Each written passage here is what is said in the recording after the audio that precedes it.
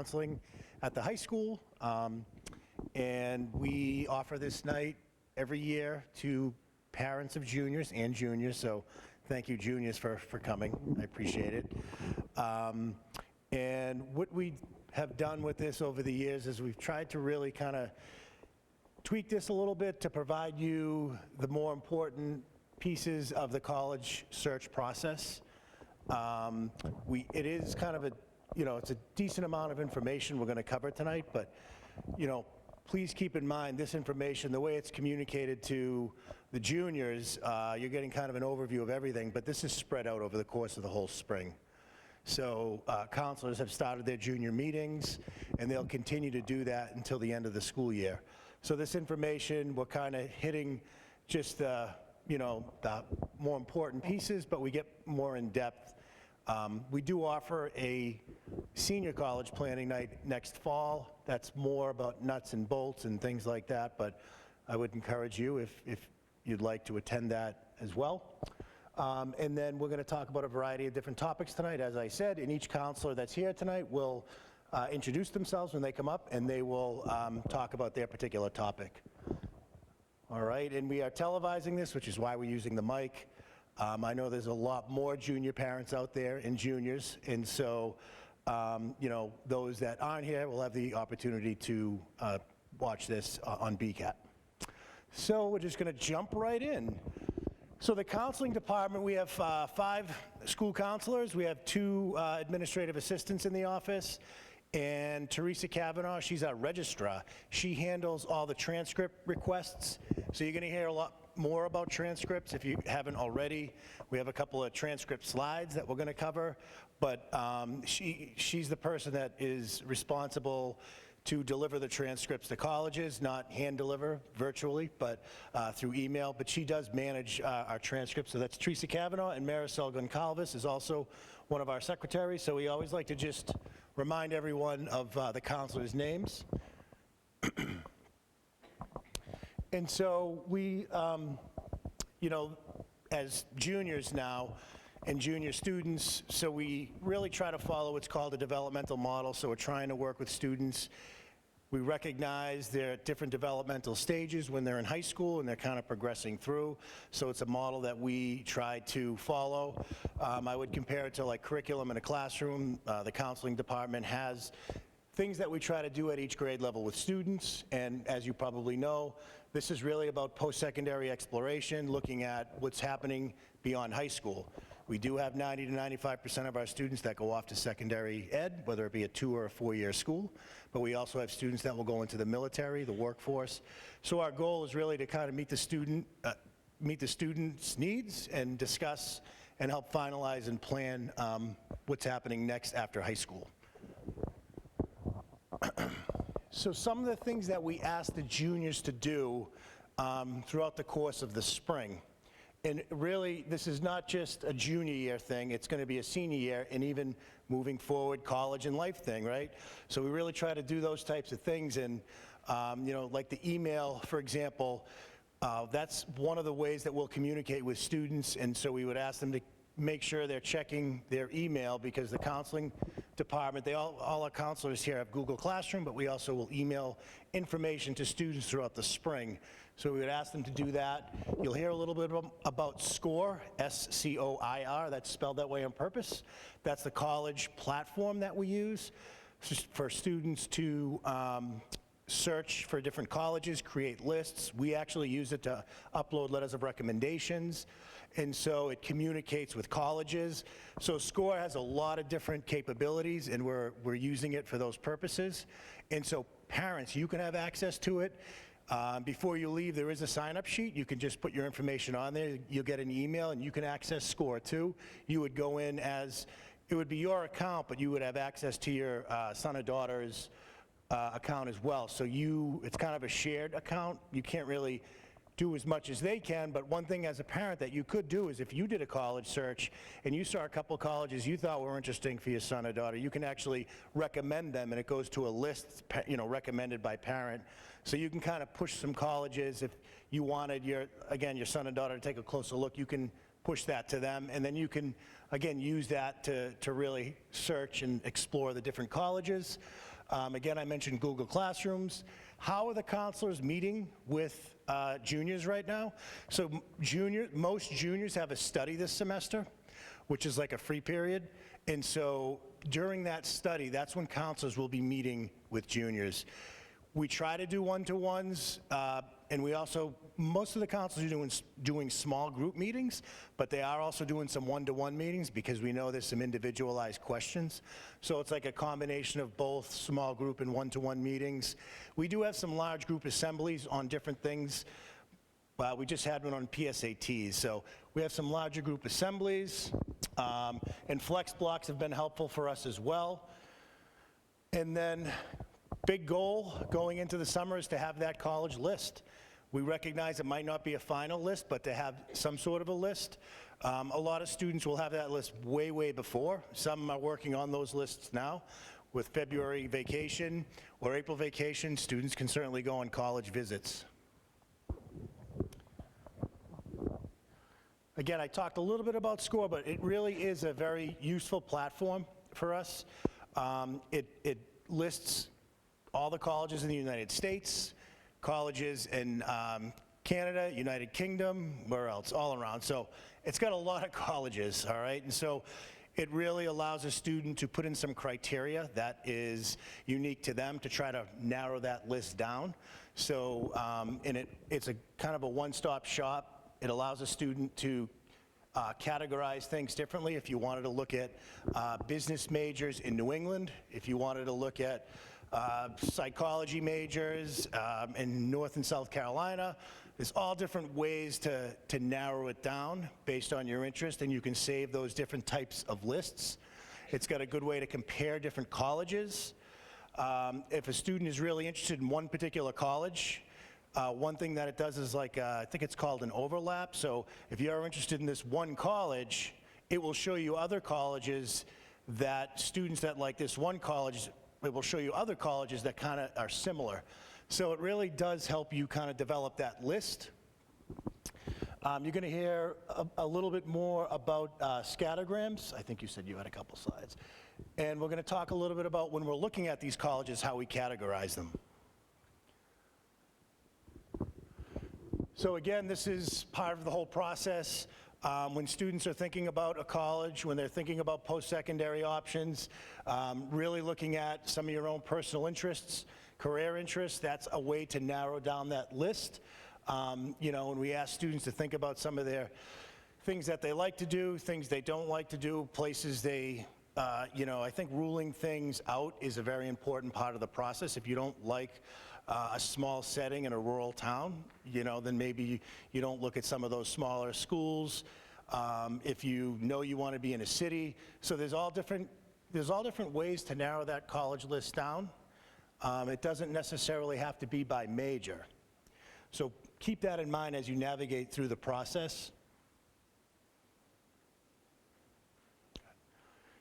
And then these are, as I said, when you're doing the college research, these are different criteria that will allow students to narrow that college list down. Because as I said, SCORE probably has 3,500 to 4,000 colleges, and that needs to clearly be narrowed down. And so the way you would do that is by looking at some of these different criteria to help narrow that list down. If a student feels like they're going to stay in New England in the Massachusetts area, that can certainly narrow a list down. If they know they want to go to a warm climate, that can narrow a list down. So there's all different things you can look at in order to do that. And one thing that was mentioned earlier was, can you just go back one real quick? Special programs and activities, so study abroad, you hear about that quite a bit now, and I think just about every college or university has an opportunity for a student to travel to another part of the world. So that's something that is often appealing to students.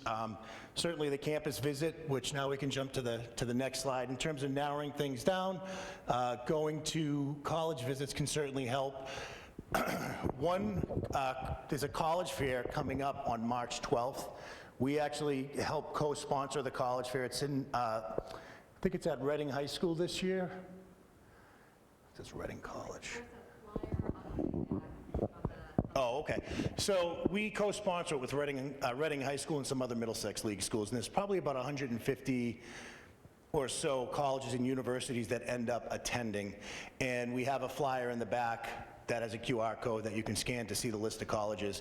But it's a great opportunity to check out some colleges. Again, we would suggest to students to have a list when you go and visit those colleges first, and then you could certainly walk around after that, but going there with the list, I think, is an important piece, and oftentimes the representatives at those college fairs are the ones that review the applications. So it's a good opportunity for you to ask some questions, meet the college reps, and get whatever information that you can. It can be a pretty valuable experience. And you can see, obviously now we know with Google and the added AI features on Google, there are college searches can be done through that as well. Again, SCORE, the reason we promote SCORE is because the counseling staff uses it as well. We can add colleges and it's helpful for us. And then again, fast forward to next year, we will be sending supplemental information on our end to those colleges through SCORE. So again, I encourage parents to really take a look at SCORE. And we also have college visits. We have colleges that come here to Burlington High School. Every fall, this year we had about 60 colleges that come to the high school. They're here for about 45 minutes, and it's basically like a commercial for that college. But again, it's usually the rep that reviews the applications. The past 2 years, we've invited juniors to attend these college visits. So we did this year. I don't know if any juniors here remember or if you went, but we did have some juniors that came to some of those college meetings. And again, it's good for us and the students to hear what's going on at a particular college. You get up-to-date information and you can ask more personalized questions because usually it's not a big crowd, so students feel a little bit more comfortable with when the college reps come here to the high school. The other things I'll just mention very quickly. Certainly social media now we know there's different opportunities to research colleges. College Board, because all the students here take PSATs, you have access to something called Big Future. So that's an opportunity for students to do some career and self-exploration and also a college search. And the ACTstudent.org is another spot where students can do college searches. We recognize there's lots of opportunities to do college searches, but we have found over the years these that we listed here are probably the more popular and useful ones. And campus visits. So campus visits, I highly, highly encourage students to go on campus visits. I think that's a great opportunity to, whether it's a formal tour or a tour on your own, we do think a formal tour is the way to go. One thing we've heard from the colleges is they actually track that stuff. So if you attend a college, and you've signed up, they know that you've signed up to go to that college. They know that you have an interest.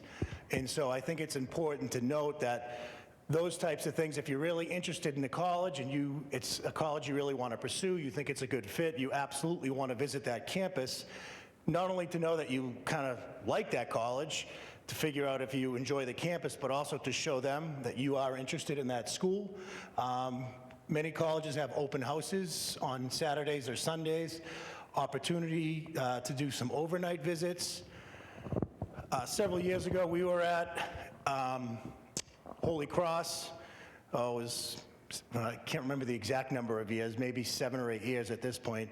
But one of the things that they had mentioned to us is, all things being equal, 2 applicants, they both look equal on paper. They would look at and see, has this student somehow showed or expressed interest in our college? And so to them, it's like an investment. So if they can see that a student has accessed and created an account with the website, has visited the campus, I think that is going to show them that this might be more of a worthwhile investment. So just keep that in mind. And now I'm going to hand it over to Mrs. Smith. And I didn't say this at the beginning. If you have questions, you can just, we're okay with you asking us, right now or at any point. Just raise your hand. The only thing we have to remember is repeat the question on the mic for BCAT. So I'm going to hand it over to Mrs. Smith. Okay. Any questions so far? None? Okay. I'm Liesl Smith. I have generally the first not the first part of the alphabet, but the next first, so earlier in the alphabet, but I do span lots of different parts of the alphabet. Okay, so you come up with your list. For whatever your search is, you come up with the list. And it's way more schools than you really want to apply to, because we really encourage you to narrow it down. Most people don't have the resources to apply to 25 schools, because we are finding that the application fee can be between $50 and $75. That gets expensive. So really, you're going to start with a general list, but then you're going to start narrowing it down. Mr. Adubato shared some of the basic stuff, location, size, things like this. Now, we're going to talk more about how you narrow down. One of the ways you narrow it down is by looking to see, and I'll show you in a minute, looking to see, is it a realistic target school? Are you between the 25 and 75%? Is it realistic for you to apply? We can't guarantee that you're going to get in, but it's realistic. You're a solid student for what they're looking for. Safety would mean you exceed the standards of what they're looking for. Generally, that also means that you're somebody who's going to be attractive to that school, so that would be a way to get more money. We know colleges are getting more expensive. That's a way to maximize your financial aid. Look at those safety schools. We will always, when we're looking for colleges with students, we really especially focus on the realistic schools, the target schools, and the safety schools, and we will always also include financial safety schools. So we will always include Massachusetts state schools. Be aware, this is a big deal. New York state schools will match UMass Amherst rates. That's a really big deal. Maine will, certain parts in Connecticut, Rhode Island College. So that is very important, because we have students who say, I don't want to go to the same school that everybody in Burlington High School goes to. So be aware of what a financial safety school looks like. And I mean, let's be honest, I have 2 kids in college, and they never give you as much money as you would like them to give you. So these are things you need to consider. And as we're going through these lists, you need to make sure, or your child needs to make sure, that they will be happy at whatever school they go to. I have students who get into Northeastern, for example, and very often they'll come and see Mrs. Smith. I love Northeastern, but it's $40,000 a year more than I would have to pay for UMass Amherst. Is it worth my education? And that's not that's a family choice, but that's a hard consideration that you need to look at. There are some schools that only will give money for, they won't give merit because they have so many strong students. They only give money need-based. So as you're looking at financial aid, because your child is going to be leaning heavily on you in terms of the financial aid piece of it, something to consider. Wait, Joe, go back one more. The last thing is REACH. REACH is a school that is, your child's GPA or standards are here. Typically, it's going to be a little harder to get into. So you are below the requirements. That's not to say they won't consider you, but it makes it more of a reach. You still perhaps have a chance of getting in. But be aware, and I'm going to show you on the next couple slides how to determine this. There are some schools that are just a reach for everyone. Like, some of these schools are crazy with their acceptance rates. They have 3-4% acceptance rates. Really, if you flip that around, that means they have a 96-97% rejection rate. There are many schools, or there are many students for which that is a realistic school for them to be looking and applying to. They've got the standards, but they're just such a high rejection rate school that they're highly rejected for everybody. Okay, how do you know? When you're in SCORE, you'll go to the admissions tab on the college on SCORE, and you're going to, on the admissions part, it'll give you a little thing over to the side that says scattergrams, and it's right near the top on the right-hand side, and this is what it looks like. So this is Bridgewater State. When I look at Bridgewater State, now, juniors right now, it's a little tricky because a lot of them haven't taken SATs. So when you do take SATs, if you choose to, most schools are test optional. When you do, you'll see a star wherever you are on this. But you can kind of measure up where you think you are. So when you look at this, green dots are accepted, red triangles are not accepted. Deferred means that's the yellow ones, and those are you applied early and you got pushed to the regular pool. Waitlisted means after the regular pool, you may get a spot if one comes available, but in essence, you're rejected unless a spot becomes available. So as you can see, when you look at Bridgewater, mostly kind of look over the grade point average. If the grade point average is the top, if you look over, you can kind of almost make a line down from about 2.9. So this pretty much tells me if my grade point average is a 2.0, this is going to be a reach. If my grade point average is, again, between the 25 and 75%, that's going to be realistic or safety. So you get a sense for how to understand how to determine reach realistic safety.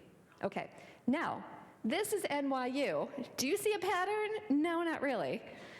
It is really hard to tell if somebody has a 4.5 grade point average and you look straight down that line, you've got rejections, you've got waitlisted, you've got, it's really hard to tell with the green dots. And this is one that, I mean, this is a school that's a reach for everybody.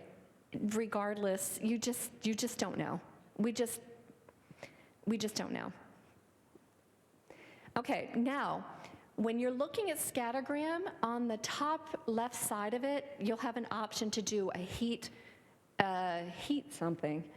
And when you do that, it kind of just puts the same thing in a better view.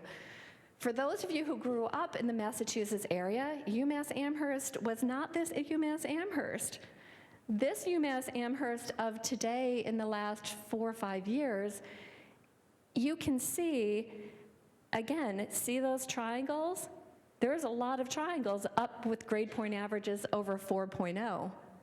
So what we're saying is, if you have between the 25 and the 75% are considered more like realistic to look at. Above that, so above the 75% up in the corner, that's more like you're very likely to get in.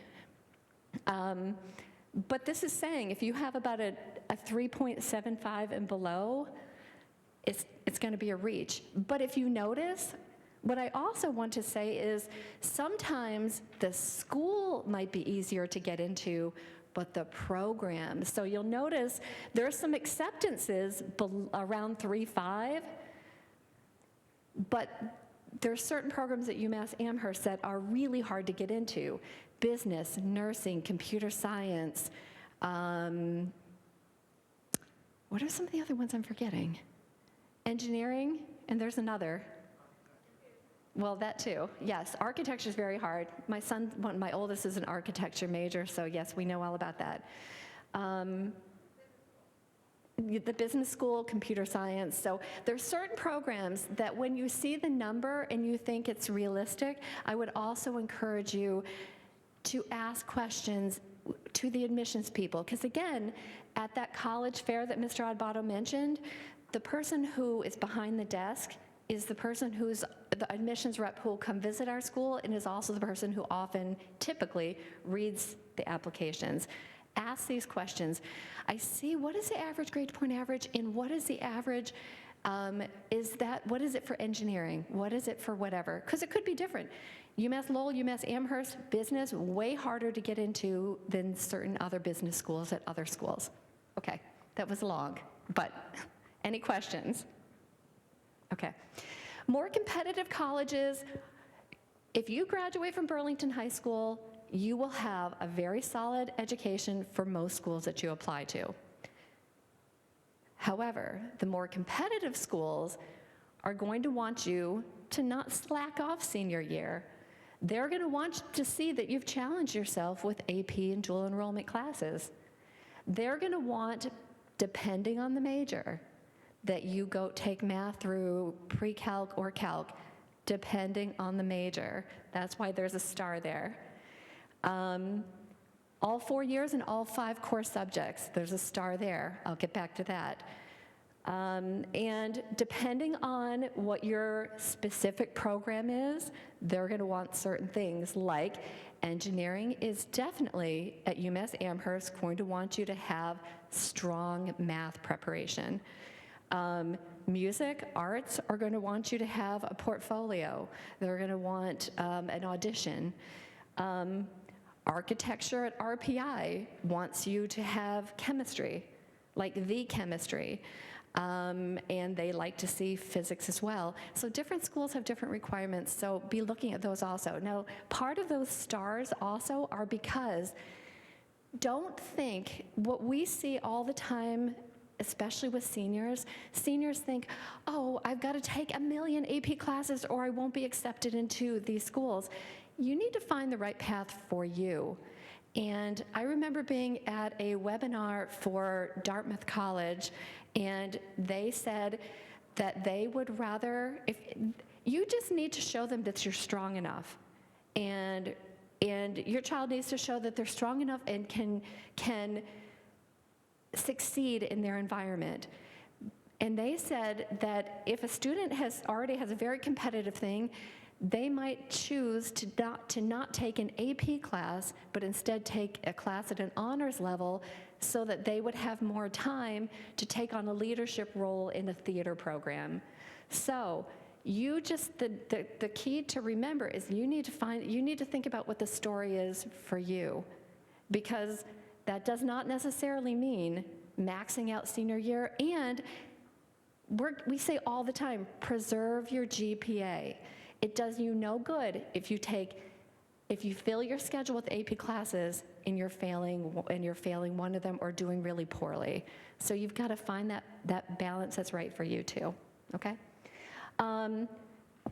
Speaking of picking classes, so Monday after vacation, teachers are going to start giving their recommendations and putting their recommendations for what levels they think that you can take that you are able to take classes. AP classes cannot be overridden. You have to get approved for them. Teachers, if students, when they look at Aspen, if you have any questions about the level that your child is recommended for, then they need to bring that up with the teacher and have that conversation. We, counselors, are meeting with all 9th graders, all 10th graders, all 11th graders on that Tuesday. We'll walk them through the process again. We'll walk them through what they need, and we'll go through that for an entire period, for a good chunk of the period. And then the following Monday, we're going to have an assembly to remind them how to put the requests into Aspen. And between that Monday, over the course of those 2 weeks, all the counselors will be meeting with all their students one-on-one to talk about their schedules.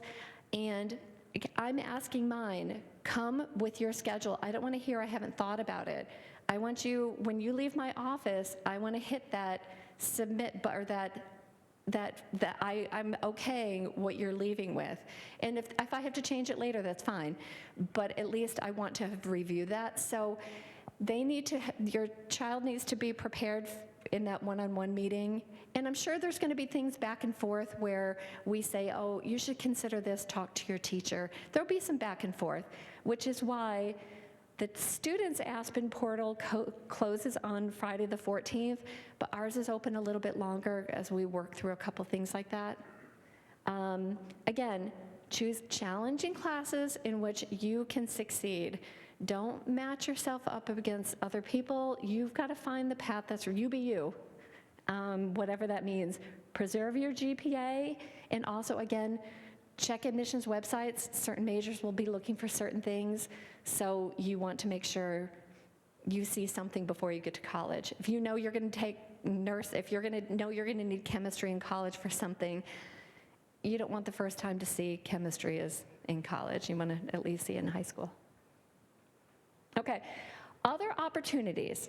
Sometimes there's things that students want to take that's not offered in our program of studies, which is online. And we have some online options through VHS and Ingenuity. But you should be aware that students can only take classes that Burlington doesn't offer. Sometimes there's wiggle room if it doesn't work in your schedule, but you want to take a class that we offer, but be aware that this does not go towards your Burlington High School GPA. Also, there are a lot of dual enrollment options. So all the classes on this list in every subject, dual enrollment means if you're in the same class as any other honors psychology person or any other person in these classes, but if you fill out the form and turn it in saying, I want dual enrollment credit, that means you will get a bill from Middlesex Community College or UMass Boston or whoever the dual enrollment program is through, and it's significantly cheaper than it would be if you were to take the class on your own. But then what happens is if you do that, you pay for the class and you can do it in installments, you'll get a transcript with that class on it. Now, you may decide not to use it for college, but you might decide you want to, because if you take a standard of 5 classes a semester in college, if you're transferring in psychology, then you can lighten your load and take 4. So it just benefits you down the road, if nothing else, during a hard semester of college. So what we're going to be doing from here on is talking about, okay, we've picked the college, we've found a realistic list, now what are we going to need to do to apply? So we're going to talk about each part of this. So the transcript is the academic record. Again, that is the most important part. The grade point average, how you do in your classes. You might have started rough. Maybe 9th and 10th graders weren't rough. You need to be on the upward trend. Because ultimately the transcript shows them that you're going to be, it's your evidence that you will be successful at the college level. Recommendations by teachers, by the school counselors, typically what's required. Usually school counselor, 2 teachers. We're going to get more into that later. Extracurricular activities, that's the soft stuff. So you've got the hardcore GPA, the soft stuff. Who are you? What are you about? Colleges want to know that they want to make their college campus fun, because who wants to go to a campus with a bunch of duds who don't do anything? You want activities, so they want people who are in theater, who are going to play sports, who are going to do a lot of other things. They want to get to know who you are, and that's your evidence in some ways of how you pursue things you're interested in. We'll also talk about the activities list in a bit. Essays, standardized tests, we'll talk about that, and demonstrated interests that Mr. Addabata mentioned.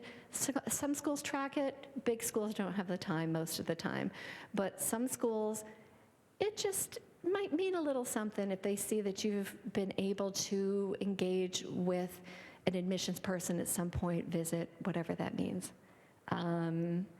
Sometimes there's interviews. So just a reminder, so when you're looking at the transcript, in high school and in college, it'll say an A, a B, a C, or whatever on the transcript, but when we figure out your grade point average, it gets converted. So A is a 4, B is a 3, C is a 2. If you look all the way on the right at the college prep level, D is a 1, and if you fail, you get 0 towards your GPA. Now, we recognize honors is a little more difficult, so this is a weighted. It is a 4.0 weighted GPA.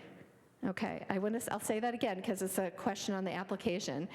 It's a 4.0 weighted GPA, even though if you take a class at the AP or the dual enrollment level, it can be weighted as, an A can be weighted as heavy as a 5, okay? Any questions about that? You got that? Okay. So on a transcript, here's the top. It gives the name. Over on the right, it gives your weighted GPA and just gives you information about you and tells what high school you go to. And we have a code for our school. Okay. The middle is the heart of that the college is going to be looking at. Now notice, it's only the final grades on the transcript.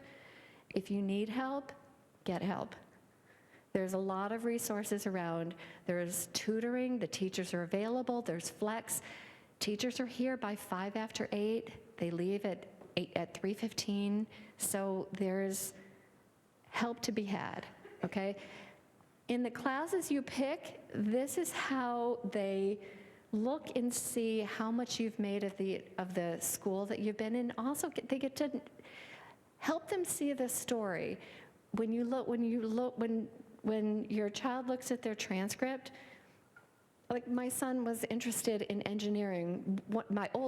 They both kind of were at one point, but they were interested in engineering starting out. So certain choices were made because of where they were at the time, but then as they went on, they started considering other things. So if that's the case, that can be on your application. There's a part, additional information where you can talk about that. And that's where you can talk about, like, help them understand choices you made. Okay? Bottom of the transcript just gives you the key to understanding the transcript. Okay. Along with your transcript, we send a school profile, and it tells the Burlington contact information, brief description of where is Burlington in Massachusetts? Are we western, eastern? We're outside Boston, we're suburban, we have this many people. Just a little bit about the community and the school. It tells our graduations, the curriculum, how to read the transcript with the leveling, what percentage of students go to 2-year and 4-year schools, so they can get a sense of the competitiveness at our school, the average scores for different tests, specific. We do not disclose the rank because we do not rank. And the reason why we do that is because, especially at the upper echelons in certain parts of the class, the GPA difference is so insignificant, it really shouldn't be, it shouldn't, we don't want to negatively influence anybody looking at their transcripts. So we don't rank, but we do say the highest, lowest, in the average GPA. And we talk about how we compute the GPA. Okay? Any questions so far? You guys are being wonderful. We're giving you a lot of information. Now, Mrs. Leary. Hi, everyone. I'm Molly Leary. Thanks for coming tonight. Next factor in the admissions process has to do with standardized testing, which used to be a huge part of our presentation in previous years and is now much smaller. So we have 2 admissions tests, the SAT and the ACT. For some reason, SAT has always been more popular on the East Coast, ACT more popular on the West Coast and in the Midwest. And we are a host site for the SAT, not for the ACT. I've been hearing from some of my juniors this past week that they have looked for an ACT nearby, and they said one of the closest ones they saw was way western Massachusetts. So I'm not sure quite what's going on with that, but the vast majority of our students do tend to lean toward the SAT. But keeping all of that in mind, many colleges remain test optional. So pre-COVID, there were many colleges that were test optional. Then with COVID, they had to go test optional. And then post-COVID, many of them remain test optional. And you've probably heard in the news and whatnot that in recent years, some are actually reverting to requiring test scores again. So you never know, these policies are changing right up through the summer. So they're constantly changing. Students will need to stay up to date with that. There is a website, handy website called fairtest.org that lists test optional colleges, but really students need to do a deep dive into the individual college websites and read the fine print on their test optional policies.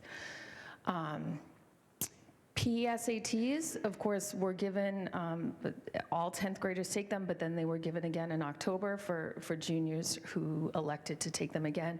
Scores are available online, so students are encouraged to revisit their results as they prepare to take an official SAT. Which test should you take?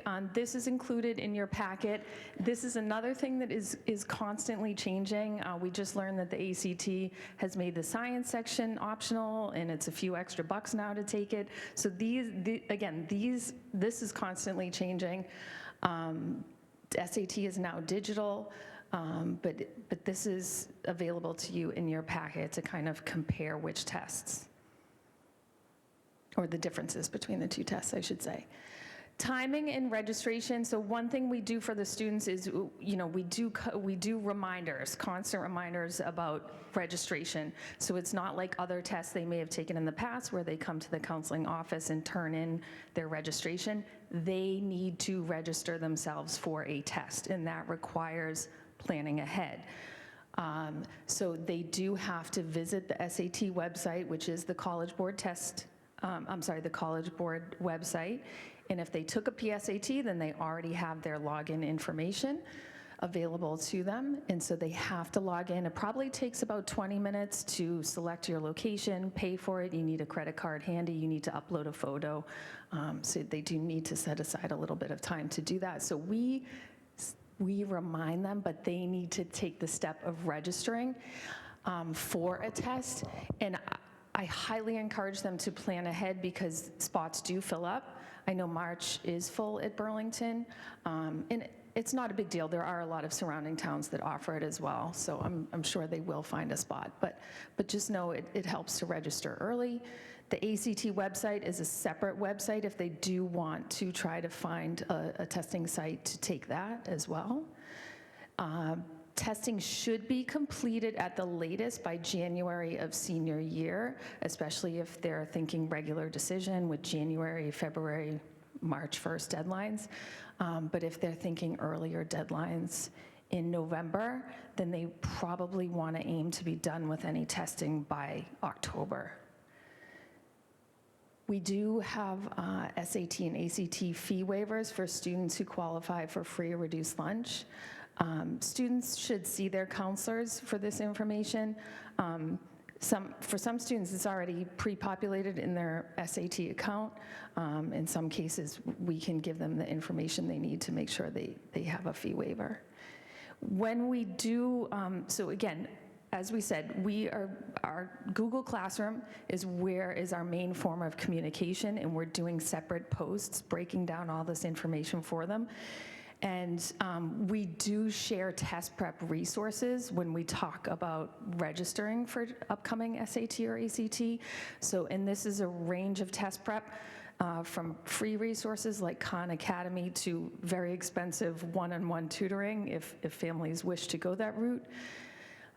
So we do share those resources.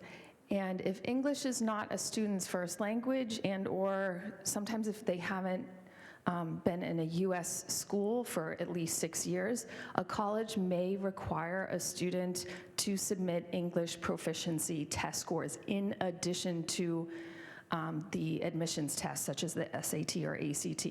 And that is typically the TOEFL or the Duolingo test. So students may be required to do that as well. And then when a student is deciding to send their scores to a test optional college, our recommendation is that they send it if it's in the above average range or the high average range to colleges. So they're not sending any scores at the time of registration or at the time they take their tests. It's only them seeing their scores. They get to decide later if they are going to share it with their colleges. So that's important to know, and they will have to do research to figure out, is this a good enough score to send to this school? So they may send it to some of their colleges that they're applying to, but not to others. And we can help them make that decision as well. Recommendations. So when it comes to letters, we do guide them through how to ask for them. So some quick do's. It is helpful for them to meet with us often, and if they need a counselor letter, we ask that they complete a questionnaire.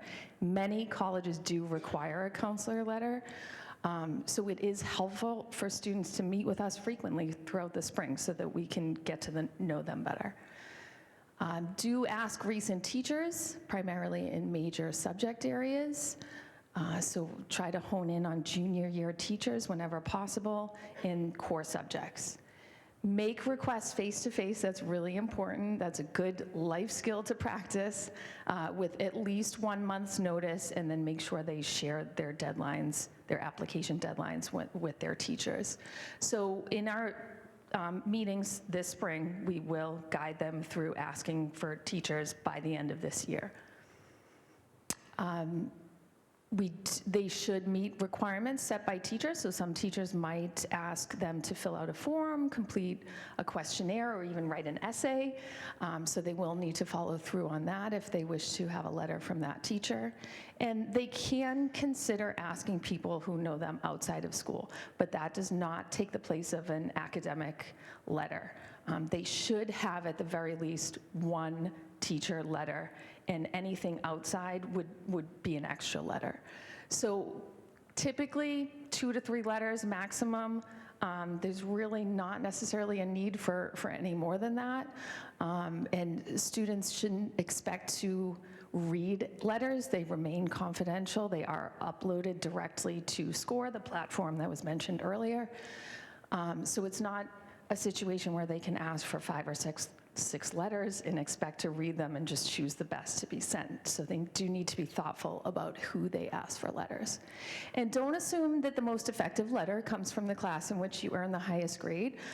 Sometimes you worked really hard for a C or a B, and that teacher really got to know you, and that can be a really effective letter. So that's important to know too. It doesn't have to be a class where you got an A. Don't assume a coach or advisor letter can be substituted for an academic letter. That kind of relates to one of the do's. And don't forget to send thank you notes. I know written thank you notes are kind of dying at this point, but any form of thank you is just nice. And students just, after this whole process is over, revisiting letting their teachers know where they were admitted and what their plans are, and thanking them for that letter. The college essay, of course, is another factor, and we do offer tips and support along the way. We do have a meeting where we get them started on their Common Application, and we do review the Common App prompts, which currently, as of this year, were 6 specific prompts, and then number 7 was topic of your choice, so they do leave it wide open if you don't like the other prompts. So we review that with students. We don't know yet if that will remain the same for the class of 2026. We do encourage them to start brainstorming this year, and typically in the grade 11 English classes, they are incorporating an assignment where it's a personal narrative, and students may use that essay as their college essay, or they may not, but it is an opportunity to write something that can be reviewed by their junior year English teacher, and they can get feedback and use that. And just reflecting on, everything they've learned in their English classes between grades 9 and 11. We do have a new expository writing 2 elective. It might be a little late for students applying early action or early decision with those November deadlines, but if they have regular decision deadlines, that could be a beneficial elective for the fall of senior year. And we do offer an essay assembly in May. It's typically annual. And we have the summer workshop, which is typically 1 day in August. And we have at least 1 English teacher on hand to meet individually with students to review their essay with them. So that more information about that when the date is set will be forthcoming from our department.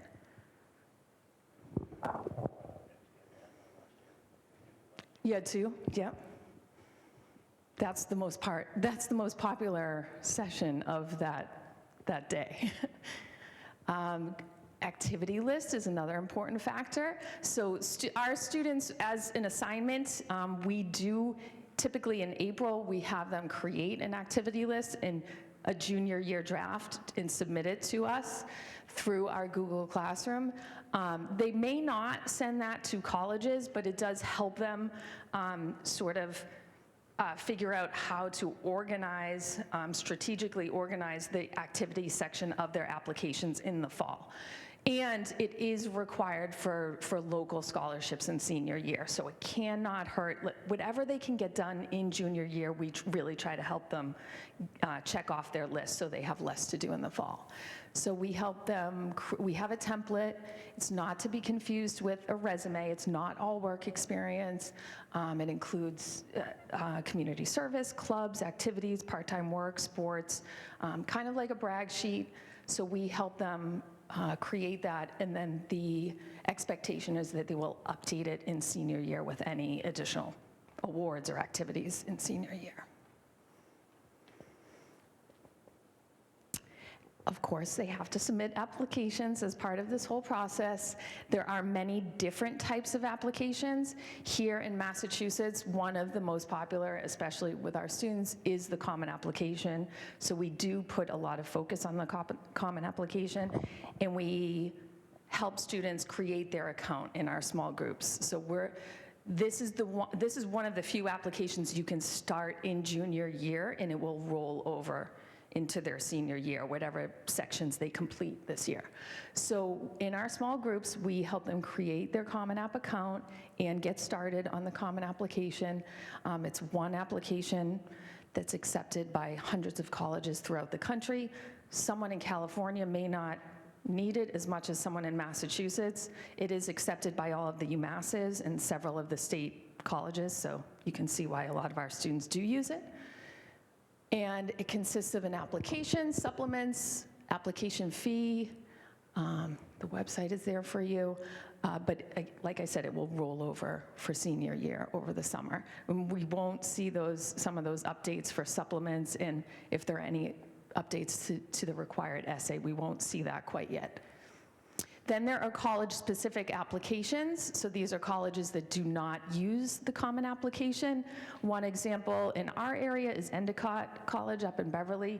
They don't accept the Common Application. So what students need to do is go to the Endicott website and create an account and fill out the application electronically on their website.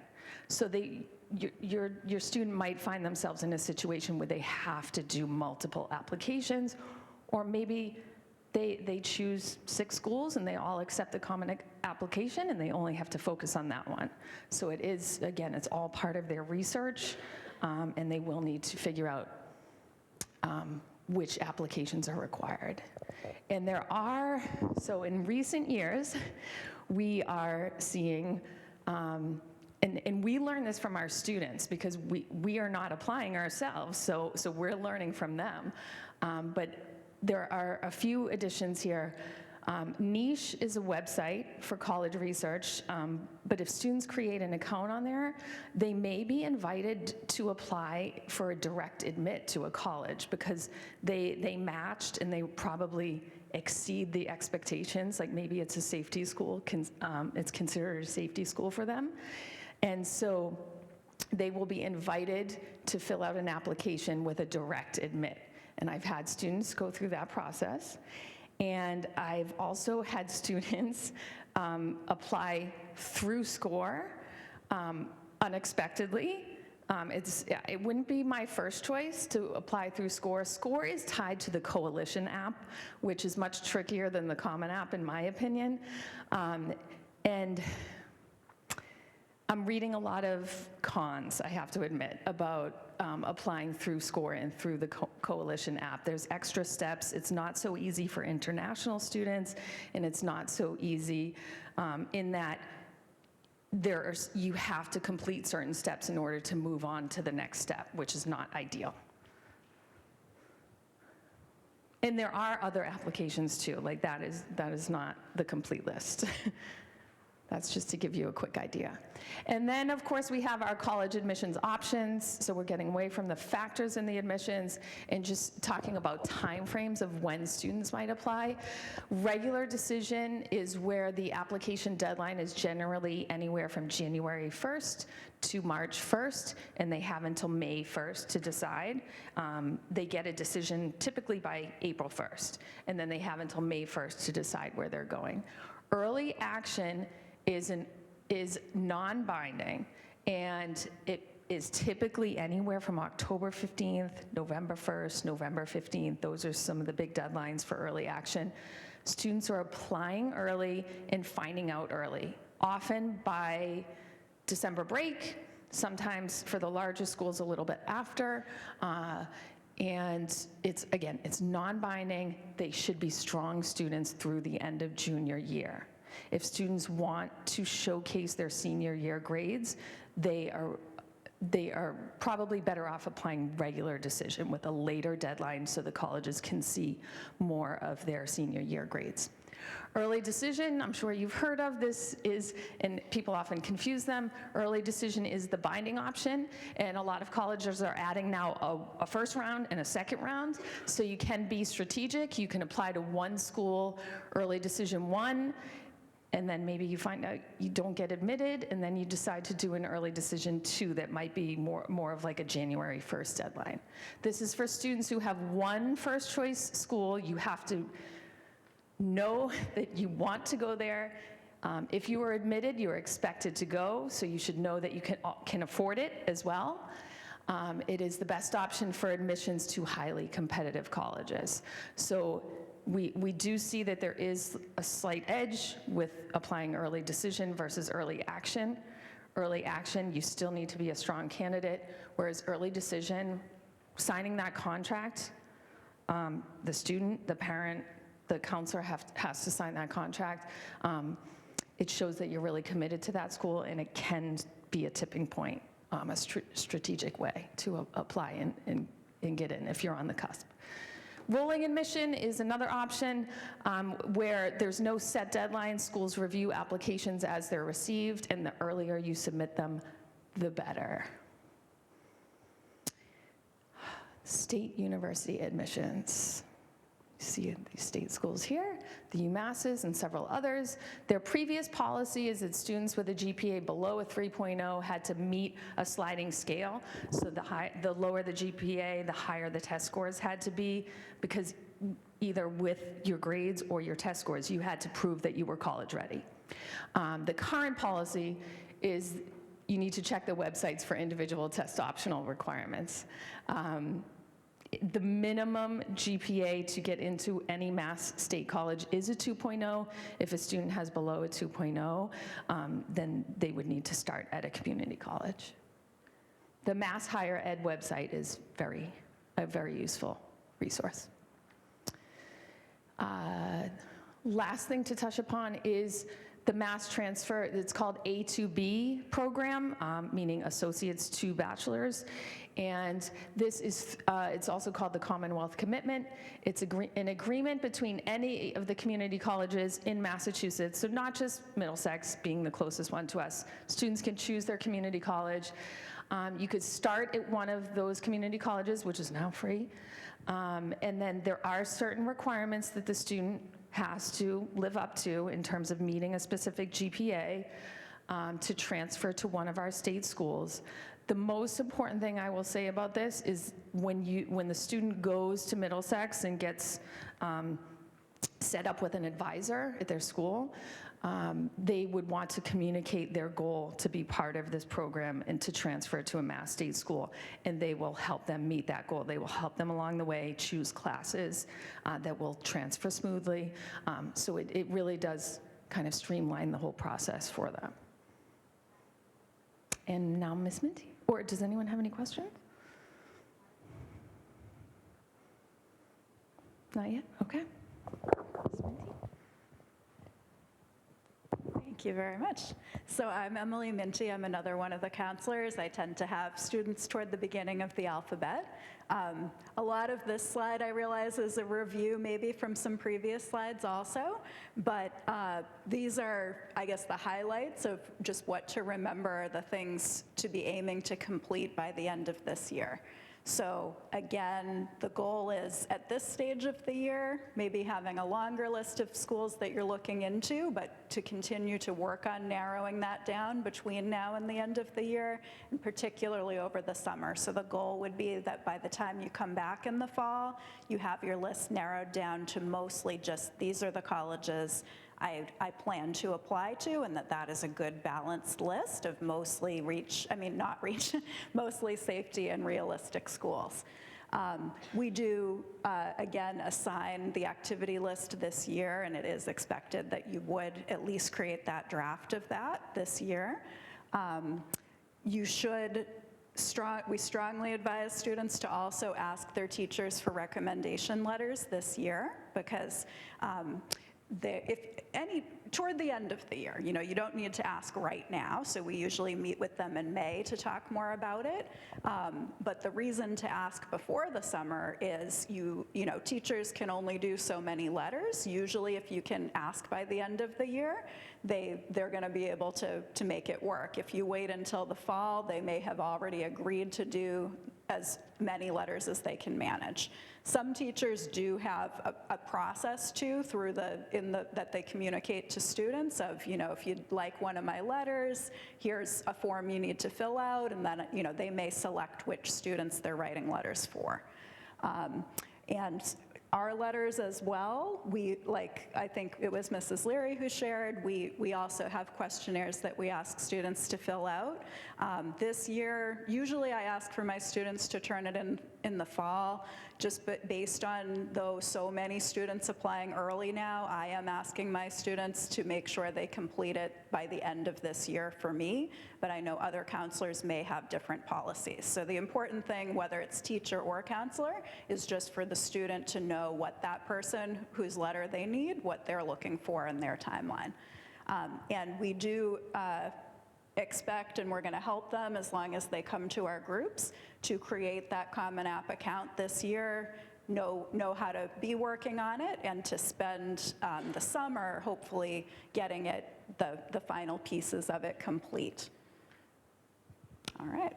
And so we haven't said so much yet about how parents can help in the process, and we have many parents in the audience, but many parts of the application, it is very important for the student to be the one driving the bus, but some ways where parents can help, I guess, I anticipated what that said.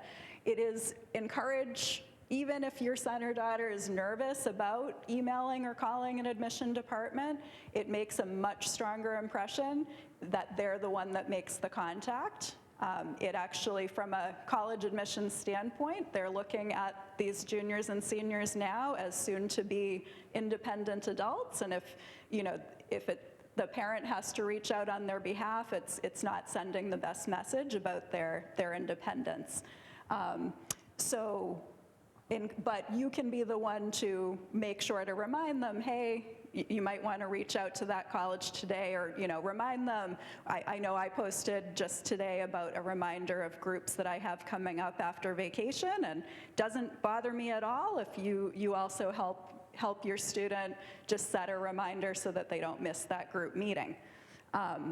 If you do have restrictions in those different factors that were presented at the beginning, like location is a big one. I met with a student earlier today who is telling me, I think I want to go to school like in Texas or Kentucky, and I want to be far away from here. And I just said, that's exciting and that's great. How does your mom feel about that? Have you talked about that too? So just make sure that if there are things that are deal breakers for you that can't be considered, that you're just being honest about that and upfront about it, so that your student doesn't get their heart set on something that's not going to work out. Reminding them of deadlines, again, is definitely an okay thing to do.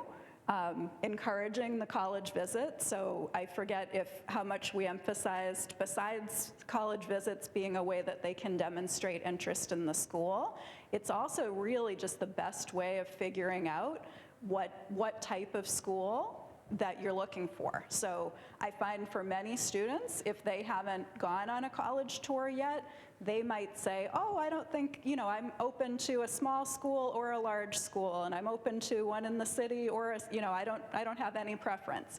But usually if they go on a tour at a couple of different types, they will get a sense for what they probably will have a strong preference, and that will help to narrow and guide their search.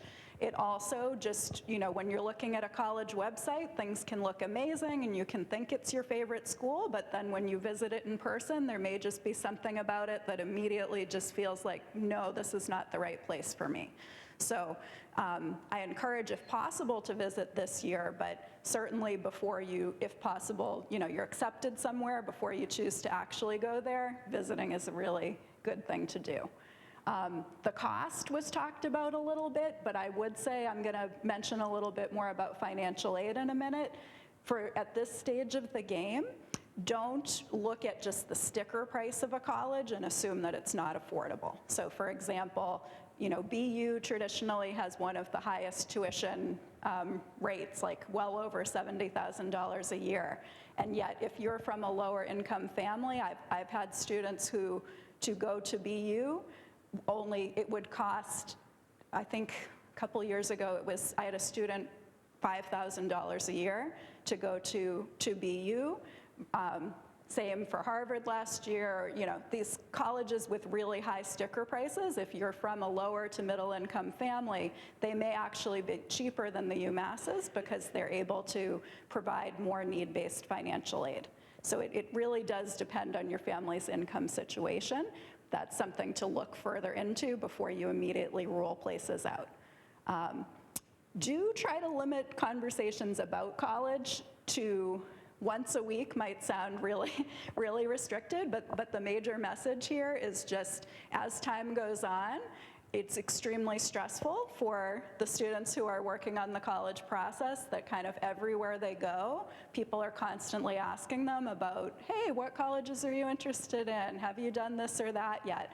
And they're more likely to shut down if that's all you're ever talking about. On the flip side, for students who might just never want to talk about it, it's very stressful for parents to not know what's going on too. So this was a tip we heard about years ago and have found to be really, really helpful. If as a family you kind of agree upon, okay, on this particular day of the week at this time, that's when we're just going to check in about where you're at this week, maybe for 30 minutes. And like I said, maybe toward the top too, as far as making sure that the student is the one driving the bus, it is important that you're not, you want to help, but you're not, it's actually could be harmful if you're the one creating the accounts and filling out applications for students. It can actually cause problems. So don't do that as much as you might be tempted to. All right. So another topic just to be aware of is if a student has, especially if they have a disability where during high school they've needed accommodations in class, it's something that they may also be eligible to have accommodations in college. In the high school, to get accommodations, usually you have what's called either a 504 plan or an IEP. In college, those plans don't transfer over to college specifically, but what does transfer over is the fact that if you have a documented disability and you meet with someone at that college disability office, they will go through a review process to also decide what accommodations they have available that would be appropriate in that setting. So you don't even specifically have to have a 504 or an IEP in high school in order to qualify for accommodations in college. What you will need to have is just that good documentation of the disability. And depending on the disability and depending on the college, they might look for different kinds of things. So if it's a learning disability, typically they will want to see a neuropsych evaluation, with academic testing, and the testing does need to be recent. Recent to colleges usually means within about 3 years for academic purposes. For mental health diagnoses, I think often they're looking for it to be more recent, something within the past year, but they may not require academic testing. In that case, they may be looking for just a write-up from that student's therapist describing how that diagnosis impacts them. So main thing, kind of like with testing, is just to be communicating with the colleges directly about what they would be looking for. And that bullet at the bottom about the state universities, honestly, right now, they are all test optional anyway, but if that were to change, in the past, they did used to waive the SAT or ACT requirement if someone did share their documentation of their disability through the application process. Did anyone have any questions? If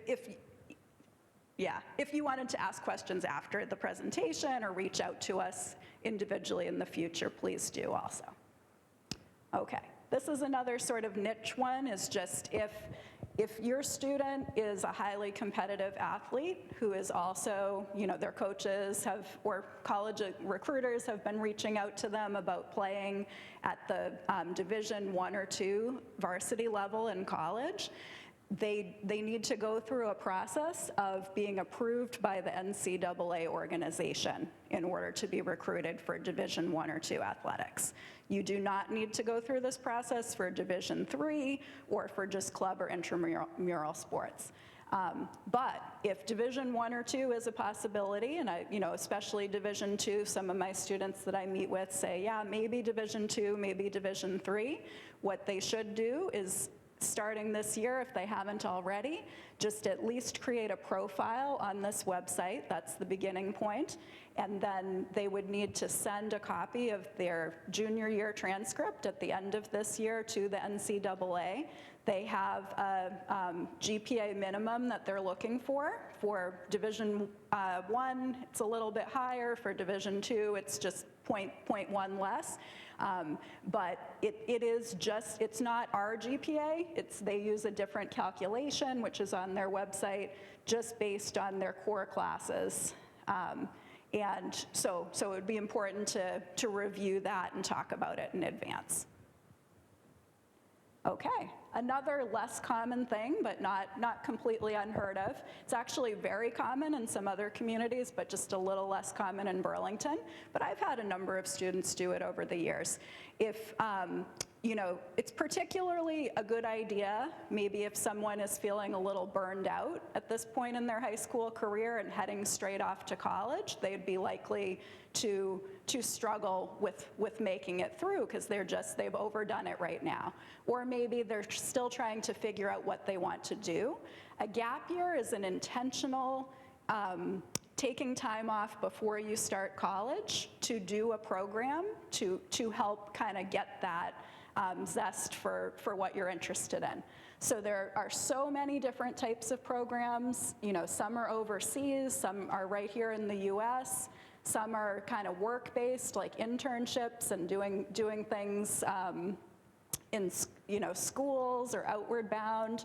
There's even that semester thing, is there are programs where people go on sailboats but take classes on the sailboats but learn how to sail as well. There's a lot of, actually, the ones in other countries are often kind of like study abroad as well. And there are programs that are all year long. There are some that are just for a semester and some that are just for the summer. They do usually have a cost associated with them too, although they sometimes also have scholarships you can apply for. But if someone is considering one of these, what we would still really recommend is, if your goal is to go to college still, we would still recommend applying to college next year. And then just once you're accepted, if your goal is to do a gap year, request from that college to defer your admission for a semester or a year. Most colleges are, again, it is quite common in a lot of communities, so it's not a bad thing. I know when I started college, many of the people I met there were coming from their gap year programs. But the reason to apply before you leave and do your gap year program is, after you graduate, you won't be connected to us to help you apply. And certainly if you're in another country or out in the middle of the ocean, it could be very difficult to find that Wi-Fi connection to work on your Common App too. All right, so a little bit more about the financial aid. Really, the main experts on financial aid will be coming to present at this financial aid night. They're people that work with an organization called MIFA and who are actual financial aid officers in colleges, so they know far more about the details than any of us do. We just know the overview, so I would strongly encourage you all to either come to or watch the recordings on BCAT. But our financial aid night this year will be on June 5th. But then beyond that, just a snapshot of what financial aid looks like. The sources of money that you're getting are either from the federal government, state government, money that the college or university has on its own to award, especially at places like Harvard that have a huge endowment. They give out their own money. And then there's also private foundations, companies, and that's more scholarship than financial aid, honestly, that fourth bullet. But the sources of financial aid are really those first three, either government sources or the colleges themselves. And then how you get the financial aid is everyone would have to fill out that top form called the FAFSA, and that is the form that is always required for financial aid. It is free. It is hopefully opening in October next year. It's been a little later over these past couple years, but it's a little more basic, and what it does is it opens you up to those federal and state money sources. For many colleges, the FAFSA is the only form that they require. Again, it hopefully is opening October 1st. You should not start, it's not like Common App, it doesn't roll over, so you should not start working on it before then. But next year, it will be important to look at every college's website to see what their FAFSA deadline is, because each college will have a different FAFSA deadline. And then some colleges will also require that second form called the CSS profile.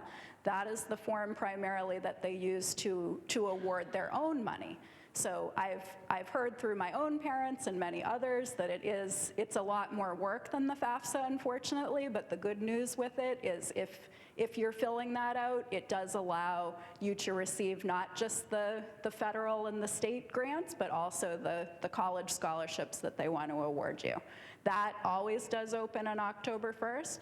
And again, every college will have its own deadline, and it's important to look at their websites to see, even do they require the CSS profile? Some colleges do have other applications too, though it's pretty rare. And then there's on the bottom right there, MIFA, that's the organization I mentioned where our speakers usually come from. They are a nonprofit organization in Massachusetts whose whole mission is to help Massachusetts families through the financial aid process for free. So they put on different presentations. They have a bunch of webinars. They have some just overviews, but others that break down the FAFSA, others that break down the CSS profile. They have others about, special circumstances, and they do presentations in different languages as well. They also just have a number or email you can call with individual questions. So that's really your best resource for financial aid questions, besides also reaching out to financial aid offices at colleges. And the type, so if you get a financial aid package after sending in those forms, the majority of the money, hopefully, that will be in your package is what's called scholarships and grants. So that's just the amount of money that they're awarding you based on your family income that is just deducted from your bill, so you don't have to pay it back. Loans are a smaller portion of a financial aid package, thank goodness, but the loans are generally part of the package. I don't think I'll try to get into too much the subsidized versus unsubsidized, that you could receive both types of loans on your package. Subsidized, the main thing is just that you don't pay the loans while you're in college, you pay afterward, but subsidized, the interest doesn't build up while you're in college. And then work study is usually a small part of the package. I personally had a work study job myself, and what that is just guaranteeing you that you have a job on campus for, usually they limit it to only 10 hours per week, and that's so you're not at a disadvantage. They don't want to build into someone's package working 30 hours a week. That wouldn't be fair then for someone from a middle-income family to be balancing their classes while working 30 hours a week versus someone who was wealthier not having to worry about that. So just 10 hours a week, and that money goes directly to the student. But I know in my case, I gave that money that came to me and gave it to my parents to pay the bill. But the nice thing about having a job on campus versus a job somewhere else is that they're always really flexible about, school always comes first, so I could always cancel my shifts if I had a big group project or something like that. And actually, my first job was in the school library, and I was able to sit at the front desk, and totally fine with my supervisors if I was just doing my reading and studying unless someone was actively coming up asking questions. So you won't find that at a regular job. That's the good thing about work study. All right, and then scholarships, local scholarships. So this is separate from financial aid. You will get, again, scholarships in your financial aid package as well. But these type of scholarships are not through financial aid forms, but through forms different applications that you'll fill out during senior year to apply for money, not just to a specific college, but money that you can take with you to whatever college you choose to go to. So we guide our students through this process next year in their senior groups. That we have that first website mentioned up there, Scholarship America, is sort of like our equivalent of a common application for almost like 100 of our local donors use that application. But then we also have that second application mentioned there is another application they can fill out, and I believe there's maybe 20-something other donors that use that instead. We have other donors that just have individual applications. So the scholarship application process, though, the good news is all these deadlines next year will be after the college applications. It really gets going after February vacation for the most part. And we're fortunate that in Burlington, I think we have a lot more local scholarship money than most any other town. So that last year, over $300,000 was awarded to the seniors because we're just fortunate to have so many generous, individuals and organizations in the community. All right, just my last slide here is just to also say, though, be cautious about if you start getting flyers in the mail or emails and texts that say, hey, sign up for us, pay us $50, and we can guarantee you that we're going to find you more scholarships that way. They're not going to have any resources beyond what you could find on your own for free. And this also relates to when it comes to doing your actual FAFSAs next year, it's best not to just Google FAFSA, but it's better instead to go to a college website and click on their link for FAFSA to make sure that you get into the genuine website. Okay, and I think I'm gonna hand it over. Mr. Atabata is gonna get more into things. Taking us through the home stretch. Thank you for your patience tonight. We have a few more slides to go, and then we'll open it up for questions. I'm just going to quickly discuss two tuition waivers that are offered through the state of Massachusetts based on MCAS scores. I think you all heard MCAS is no longer a requirement, but taking the test is still going to be required. And also, these opportunities for tuition waivers will still be available to students as well. So they have two different types of tuition waivers. The first is called the Abigail Adams Award, John and Abigail Adams tuition waiver.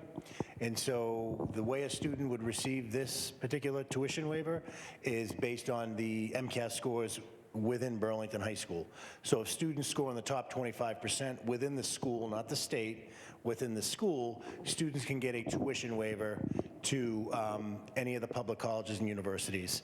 So what that means is if a student qualifies and is attending a public college or university, then you would produce a letter that you would get from the Department of Education to the financial aid office, and they would waive the tuition.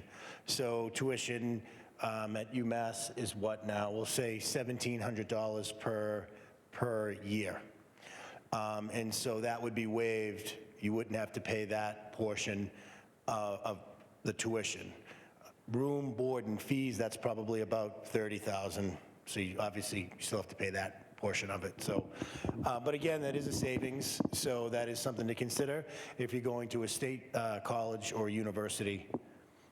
They have another award called the Stanley Z. Koplik Award. This requires some additional steps. So we find that students that don't hit the top 25%, but they do score exceeding on one of the MCAS, they have to be exceeding on one of them and then meeting expectations on the other two. And so what that essentially means is if you are in that particular score range, you have to take 2 additional steps in order to receive the Koplik Award. Usually that's based on academic, or it is based on academic achievements. In particular, it could be 2 AP classes, and if you score a 3 or better on those AP tests in junior or senior year, those can be counted as academic achievements. You could use AP and dual enrollment. They have to be different classes, obviously, as the 2 academic achievements. If you are in a college prep or honors class for 2 years, well, if you're in an honors class or a CP class, I believe, for 2 years with an A or better, that can count as one of your academic achievements. So there's always questions on the Koplik Award. You can certainly give me a call. But when you're looking at these 2 academic achievements, one of them has to be in the area that is your lower score. All right? So if your lower score was the science, then one of the 2 academic achievements should be in science. So again, there's an added step because you're not in that top 25%, but still scored an appropriate score for the Koplik, then you would, this would definitely be beneficial, especially if you're going to a public college. How do you find out if you achieve the Koplik? You could look at the scores and just, because everyone received the scores back in the fall, you could certainly just take a look at those scores to see if you need a hand with that, let us know. But we will send a reminder out to those that qualified sometime in the spring, either March or April, as a reminder, hey, you could qualify for Koplik. Here are the instructions to follow through on that. Oh, there they are, yep. And so there's some of the academic achievements. So if you have a pen or a pencil on you right now, and you're looking at this slide, I want you to put a big X in it. The slide that you have right there on your sheet is not accurate. The copies were made just before this, and we just couldn't make all the new copies because of that one slide. So cross that out. But these are the events that we have, the remainder of this year that would apply to junior parents. Course selection process, we're gonna have a breakfast after vacation. We're gonna meet with students, but then we'll have a breakfast for parents on the course selection process. You heard a little bit about the college fair and the flyer in the back with the QR code. You can attend the college fair. That is March 12th. April 9th, we are going to have a breakfast on support services at the college level. So you heard Ms. Minty talk about 504 and IEP services in college and mental health services in college. So we do get questions from parents quite a bit over the years. And so we are gonna be working with some local colleges. They're gonna come in and we're gonna do a small panel.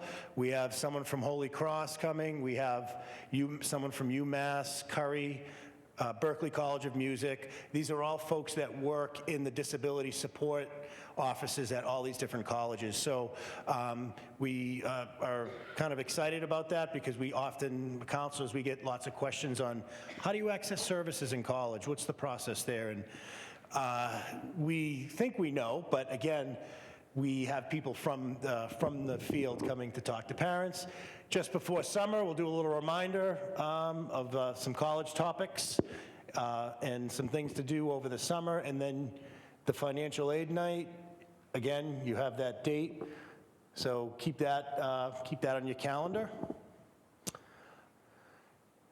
And you heard a little bit about this earlier in the summer. We do have a college application workshop. We do a couple of different things that day. We do some work with students that on their application, whether it be the Common App, we answer questions. We also have English teachers here. Last year, like I said, we had 2, we might need 3 this summer, and the English teachers just meet with students to help assist them in writing their essay. It's usually about a 15 to 20-minute block of time. We do it by appointments, and we had 2 English teachers that were here from like 8 to 1, and they met with students pretty steadily. So it turned out to be a good service for those students, so keep your eyes on information for that. We would ask that we're always looking to improve. Bless you, we're fine with any kind of constructive criticism, but we do have a QR code. You'll notice if you didn't grab it coming in, it's on the table back there. Scan that and finish, if you could do an evaluation for us. I know the Wi-Fi in here is a little funky, so I would say you can grab that. There's a QR code, you can take it. You can do it at home if you can't get it done here. We have the score sheet back there. The college management program, if you as parents would like access to SCORE, please fill that out. And then once you fill it out, you'll probably get an email. Teresa, one of the secretaries, she's great at the follow-through on that, so you'd probably get an email sometime tomorrow if you fill that out today. If not, it would probably be sometime over vacation. So we'd encourage you to do that. And then you did hear one of the counselors talk about the senior parent questionnaire. Again, that's through the college process. This questionnaire, completing it would be an opportunity for a parent to talk a little bit about your child, to give the counselor some insights. So the counselors usually kind of facilitate that on their own. So a counselor would be working with you. That would probably be sometime next fall. And that concludes the event. And we really appreciate you all coming out. We're going to open it up for questions now, but we're certainly around after if you want to ask more personalized questions, not not in the crowd here. And again, we encourage you to just reach out to us with any questions at all, even quick questions. Don't be afraid to contact us. We're here to help. We want to help support your child and you through the process. So please feel free to reach out to us. But any questions? All right, we've got a question. What's up?